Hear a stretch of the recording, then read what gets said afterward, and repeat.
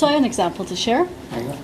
So when I was doing my dissertation, my PhD research, I decided that I was going to interview 12 Métis people, and what I was interested in knowing about was the process, what I called at that time identity formation or identity creation. So it was, how did you keep your sense of identity alive?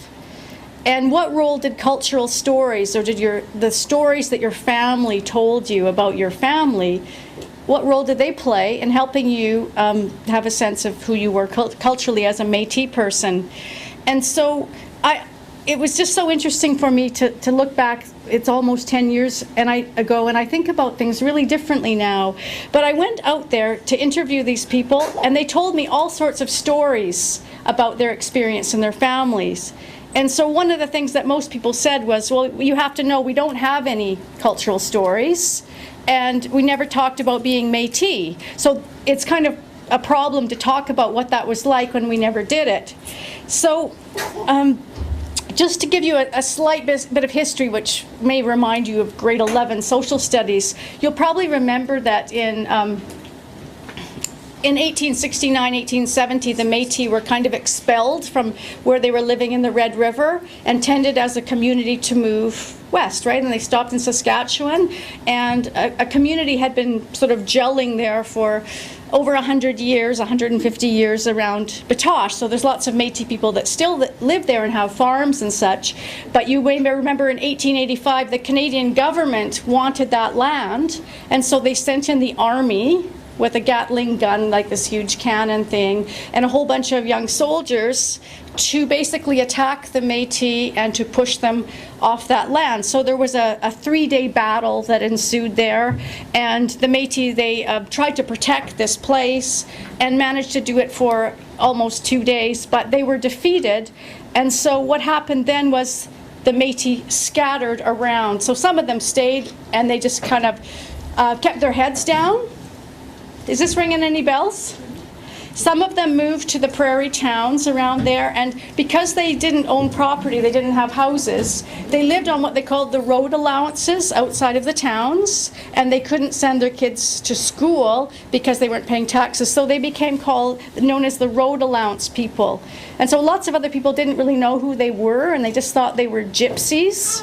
And then many of the Métis, they ended up leaving there and moving westward across Canada in a kind of diaspora, settling in many communities where there's industry, you know, such as logging and fishing, and that's why there's lots of Métis people here on the coast. But this is actually a second or later wave, because the Métis moved all across Canada in the fur trade. So anywhere you see a town that starts with Fort, like Fort Victoria, Fort St. John, these were all trading posts where many Métis families lived. So what happened were, these were my ancestors, and a lot of other Métis people also had relatives that were living in these areas and these situations, and some of them died in this battle. And so what people told me in their stories was how they managed sort of going underground and becoming not Métis in order to kind of, you know, if you don't stick your arm out, you won't get it cut off, and you kind of learn, you know, what's my battle? Is this a hill that I want to die on, or do I just want to keep my family safe and protected? So they told me in their stories about their experiences, and I identified 4 major themes that came up.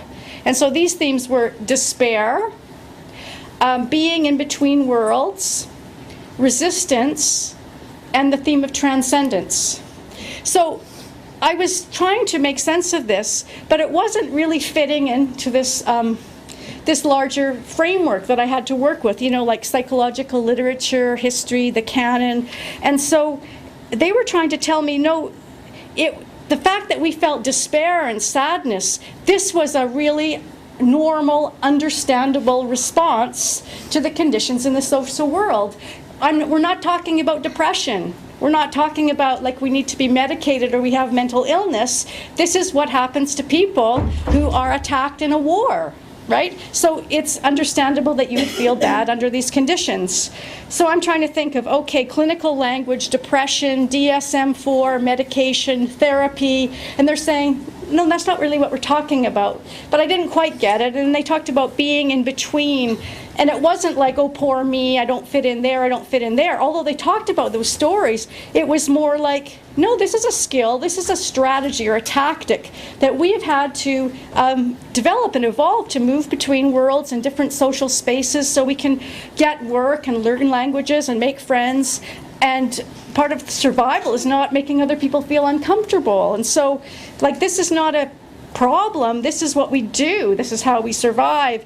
And then they got on the topic of resistance.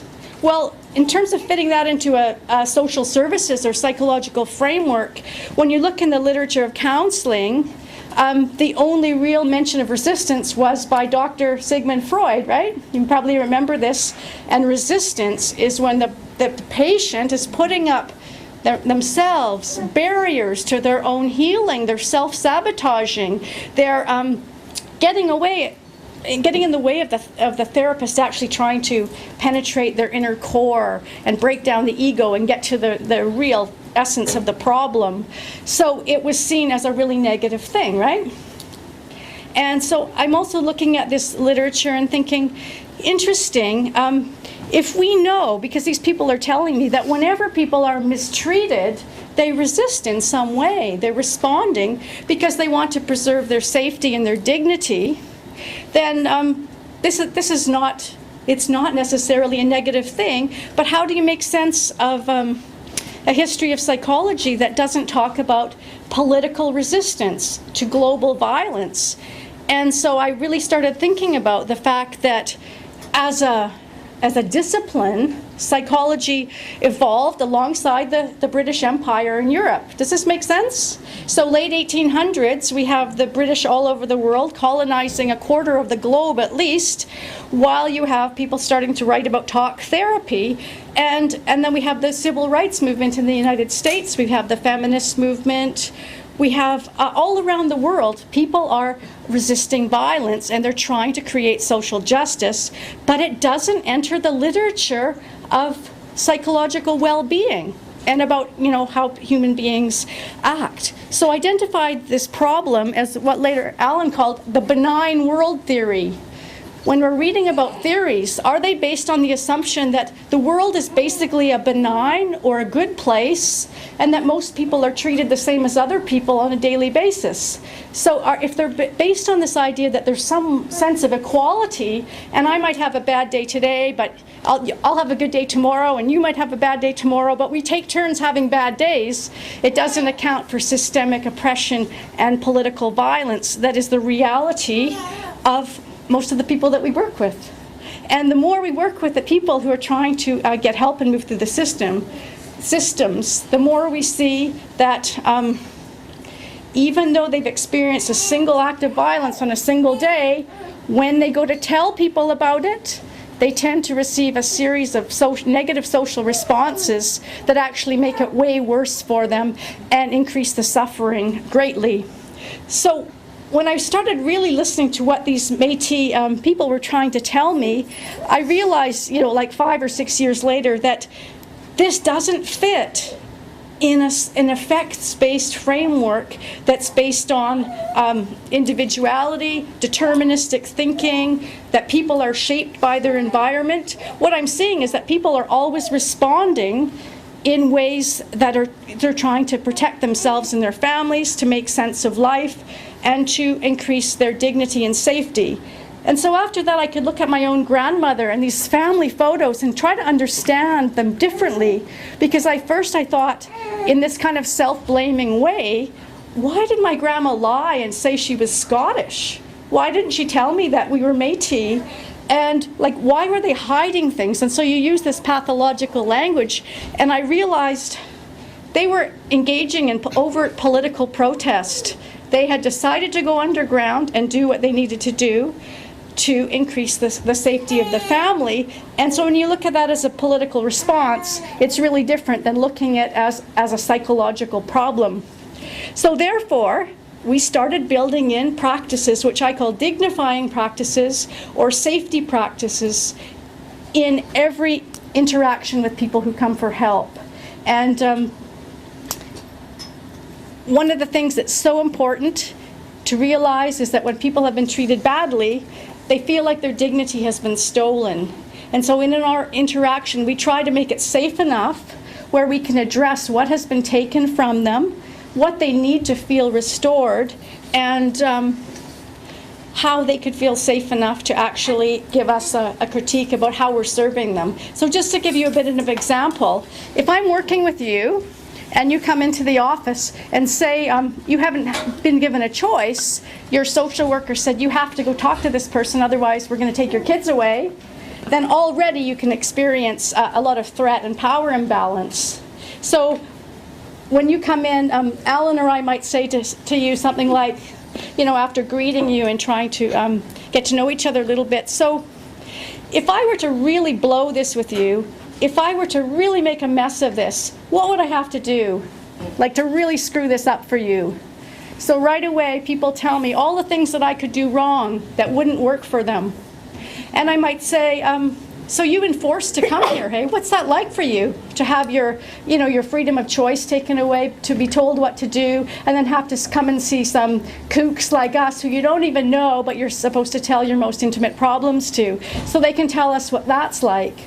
Or we can ask them about their history of seeing social workers or counselors or therapists, and ask them how it went for them before, so we can build on what worked for them or not. But what we want to do is try to create as much safety by letting them know that they have some choice and agency and room to make decisions in the work that we're going to do together. Because if you don't address what's been taken away from people, either currently or historically, you're never going to have a safe enough place to discuss what's really going on here. And often in our work, it's that people, mostly women, are at risk of losing their children. So the stakes are really, really high. So we have to create the conditions where we can do really good work for people so they can keep their families together.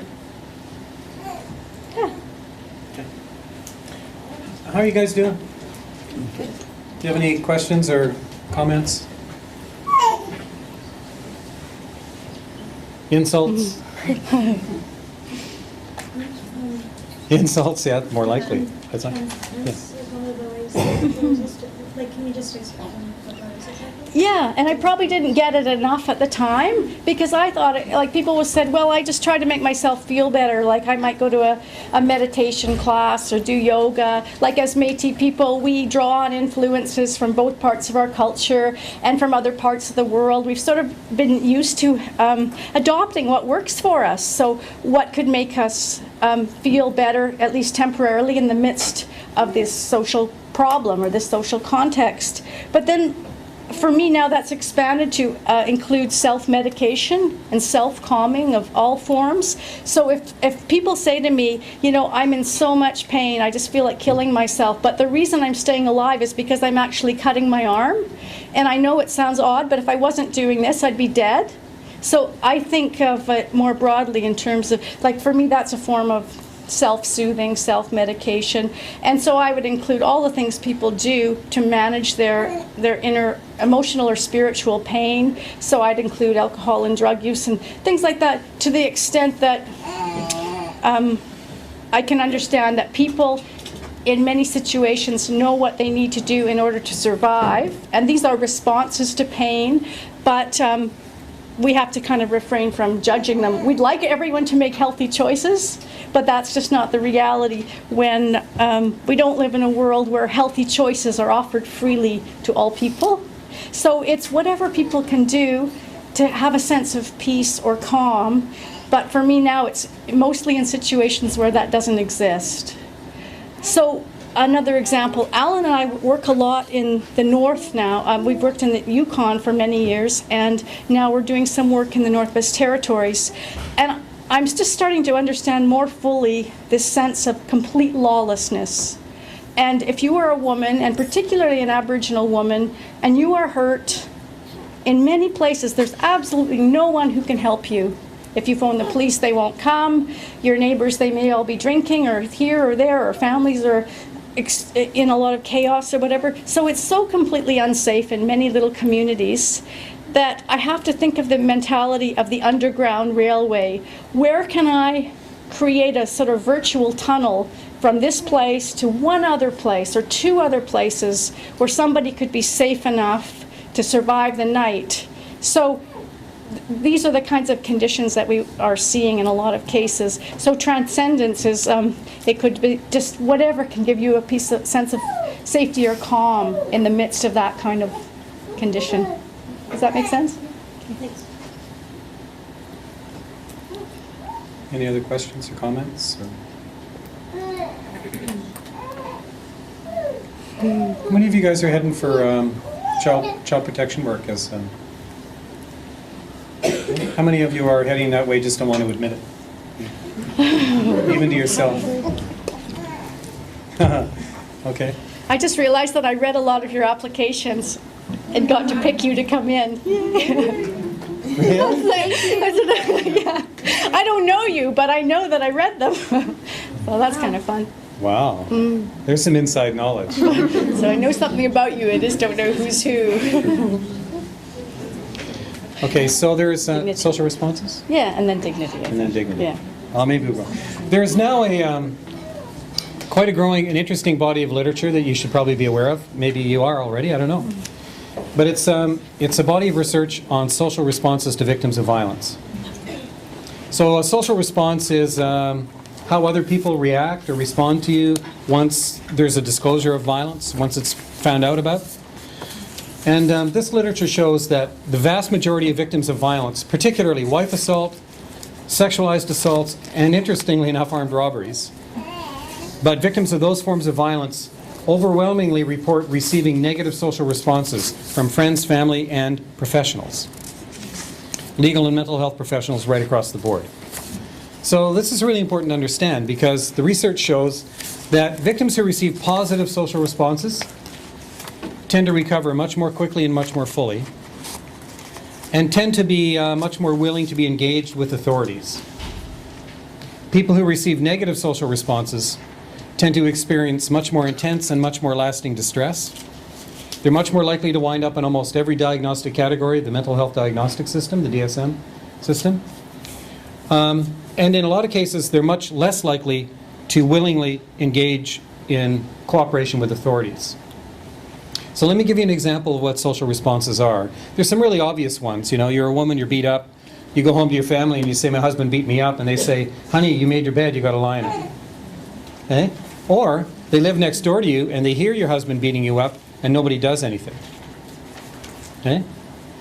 Or they say, well, you know, he had a rough life, he can't help it, he can't control himself, you know, that kind of thing. They mitigate his responsibility. So, in the case of a woman I recently worked for, she's getting beat up by her husband. She phones the police attend the scene. They page the victim assistance worker who's on the way. They get there. Meantime, the offender has left the scene, and she's talking to the police officer, reporting what happened. You know, he's taking notes, etc., taking a statement basically. And you know, he's trying to kind of calm her down, very experienced officer. And in the middle of doing this, he says to her, so how long have you been having this kind of marriage issue? And she just looks at him straight in the eye and she says, this is not a marriage issue. This is a violence issue. Which is absolutely right, isn't it? It's not a marriage issue. Wife assault is not a marriage problem. It's not a domestic dispute. It's not a relationship issue. It's a violence problem. So the police officer is kind of thrown off track by this and sort of backpedals. And she says, no, it's a violence problem. So then they go find the guy, they arrest him, they put in place a no-contact order. And when he breaks the no-contact order several times and the woman phones police, she's told she has to phone the same constable, of course, because he's in charge of the file. So she has a really hard time getting a return phone call from that police constable for a while. Because the constable is really embarrassed and kind of pissed off at her for getting pissed off at him. No? Now, that police constable didn't go there to provide a negative social response, but you can see how it happened? Very innocently, just by a kind of a lazy use of words, no? Just by not thinking very carefully about what that might mean to the person. There are, of course, many more flagrant examples. You know, a woman I worked for not so long ago, she was being molested by a teacher. The teacher wrote a note to her. She was 12 years old, proposing that they meet at a certain place because he wanted to do certain things. She left that note out so her parents would find it. Her parents found the note, said, "What's this note?" She told them, and they didn't believe her. So when she was raped when she was 14 by an older adolescent boy, she never told anybody. And when she was raped again when she was 17, she never told anybody. Because what happens when you tell people? They don't believe you. So it makes sense that she wouldn't tell people, doesn't it? But you can see how professionals look on her not being willing to tell people, yeah? Without knowing about the negative social response in the beginning. She would be seen as dysfunctional or something else, just not doing what she needed to do to address the problem, and often would be blamed for it. Seen as weak or pathological in some way. Another woman I worked for, it's a woman who has a 35-year psychiatric history. Had 63 ECT treatments in an 8-month period. Electroconvulsive therapy. Started to lose her memory, etc., etc. 25 involuntary committals, in and out of most diagnostic categories. And so anyway, I wind up talking with her. And she had talked a lot about different forms of violence she had endured as a youngster. But it turns out the story was that when she was 8 years old, she was molested by her older brother. And one night she's sitting in the bathtub, 8 years old. Her mom's washing her hair and rubbing her back, those intimate moments that families, parents and kids have. And she turns to her mom, she tells her mom what her older brother did. And her mom grabs her by the back of the head and shoves her head under the water and holds her head under the water till she can't breathe, pretty much. Then she pulls her head back up out of the water and she says, "Your brother would never do that to you." So she had talked with different people about being molested by her brother, but she'd never spoken to anyone about what happened, how her mother responded to her when she told. And so I got in asking her, in the long run for you, what's been the heavier burden to carry? What your brother did or how your mother responded? What do you think?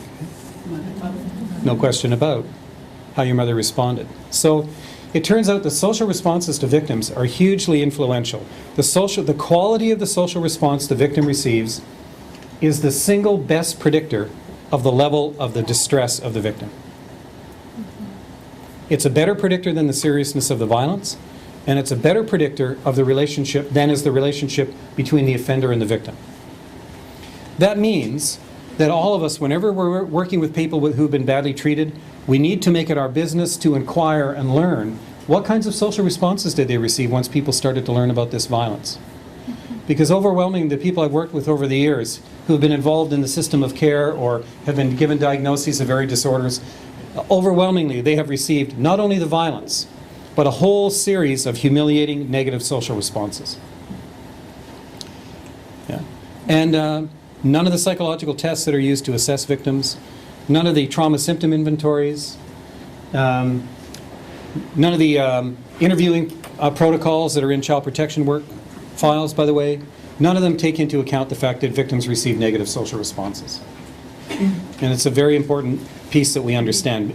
The research also shows that if you are a woman who was with a man who's violent today, and as a child you were sexually abused, and when you reported that sexual abuse, you received a negative social response, those women are far less likely ever to report violence again in the future, or to engage cooperatively with authority figures. If they're going to tell anyone about the violence, it's going to be the neighbor, the friend, the biker who can sort out the husband, somebody else. But they're not going to talk with authority figures working in institutions. They're going to develop their own safety systems, if they possibly can, yeah? So, sorry. Yeah, so one of the reasons that this is so important, and we're going to leave a handout about this body of research on negative social responses, because it relates in some ways to these deterministic ideas that are used in child protection. So for example, on the risk assessment tool that we use in BC, and I know they've just got a new one, but it's not that different, one of the questions they ask parents is, were you harmed or were you abused as a child? and the parent answers the question, and then they get a rating. So I think 4 is the highest. So if I say, yes, I was abused as a child, they write down a 4, and what that means is they're making the mental leap that because I was abused as a child, then I am more likely to go on and perpetrate violence because this happened to me. And we know that this is just not true, but what actually is the discerning factor is when the person experienced violence, when they went to tell somebody, what happened. So if a child goes and they tell an adult, and the adult intervenes in a way that's quick, effective, and it stops the violence, what kind of message does the child get about the world and about adults? What's that? It's a safe place. Adults will help you. Adults will help us. I'm valuable. People care about me. Violence is not a good thing. Violence is not a viable social tool. You can't use it to get what you want because it doesn't work in that way. So in those cases where children or adults received a positive social response that stopped the violence and showed people cared about them, they either went on to never perpetuate violence again, or if they did use violence, it was to a much lesser degree. But the people who reported violence and they received negative social responses, of course they learned a different message. Violence is a viable social tool. It helps get what you want. It's okay to abuse people. You can get away with it. All these kinds of things, right? We live in a state of lawlessness. So that's the kind of thinking that we need to apply when we are trying to predict whether people will go on to use violence, not whether they were victimized by violence. So it's a really important distinction, and yet we're just not doing it. So everyone who's ever been treated badly, who ends up in a child protection setting, is actually being treated prejudicially as if they will not be able to parent. So it's a big problem, eh? It's related to social justice.